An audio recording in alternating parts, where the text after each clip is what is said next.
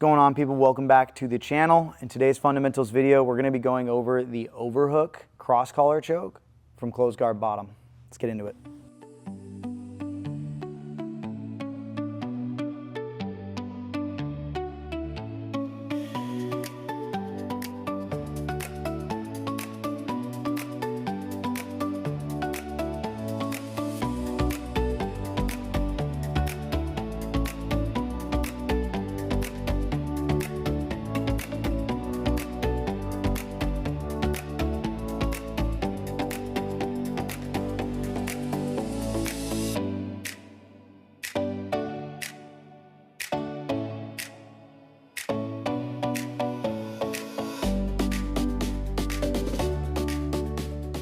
All right, so let's talk about the overhook entry here. The first thing I'm gonna do is I'm gonna grab that collar grip out of my chest, the kickstand, go 2-on-1, and I'm gonna break that grip.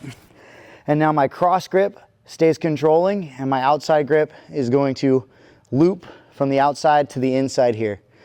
I'm gonna turn up on my back, and as I pull him down with my legs and my remaining grip, I'm gonna overhook that arm. I can't get my grip yet with that overhook, so as I crunch back to that side, I focus on bringing my elbow tight to my hip, and I'm gonna be able to get that grip. If I can't, I'm gonna keep my elbow pinched, let go of that sleeve grip, pass the grip to my remaining palm up hand here.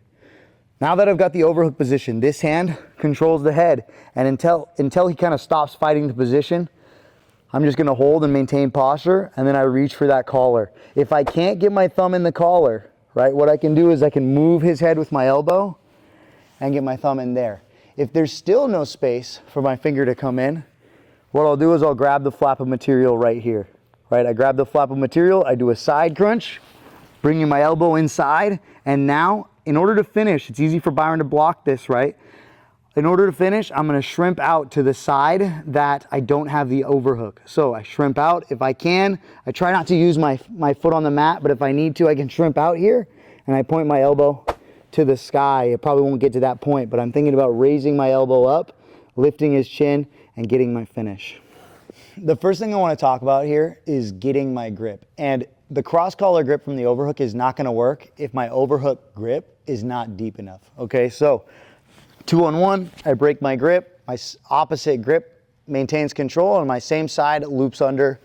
Making sure if I keep my back flat and go for my entry here, it's not gonna be deep enough. I have to turn my body so that my back lifts off the mat and I reach diagonal so that I can get as deep of an overhook as possible. And now when I close my arm, overhooking over his shoulder, when I crunch back, my palm should be up and I should be reaching that collar. Ideally, I get the collar grip initially off that first without letting go of my sleeve grip, but if I need to, I can let go.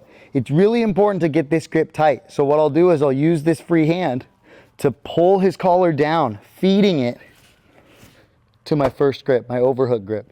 The tighter this overhook grip is, the faster he's gonna tap to the choke. I'm gonna loosen up just so that Byron can breathe, but I wanna make sure that this first grip is deep in order to make sure the choke taps him very quickly. From here, the main problem that people will have with finishing the cross collar choke is getting that second grip, getting the actual cross collar grip.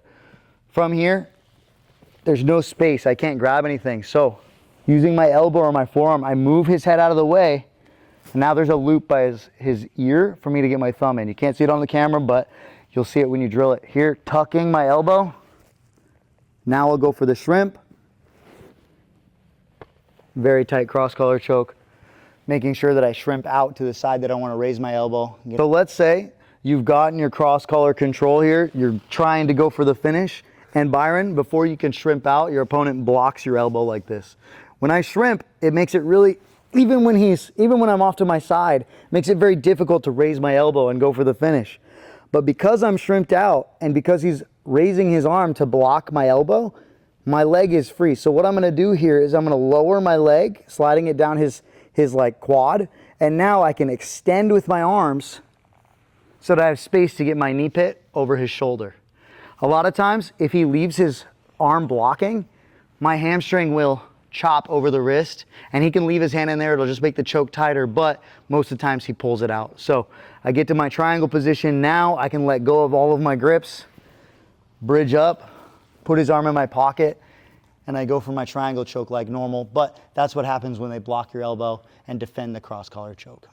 There you have it, guys. That's the Overhook cross collar choke from closed guard bottom. If you found this video useful, make sure you hit the like button, helps out the channel, and subscribe to the channel if you want to see more videos like this in the future. As always, stay consistent, go train.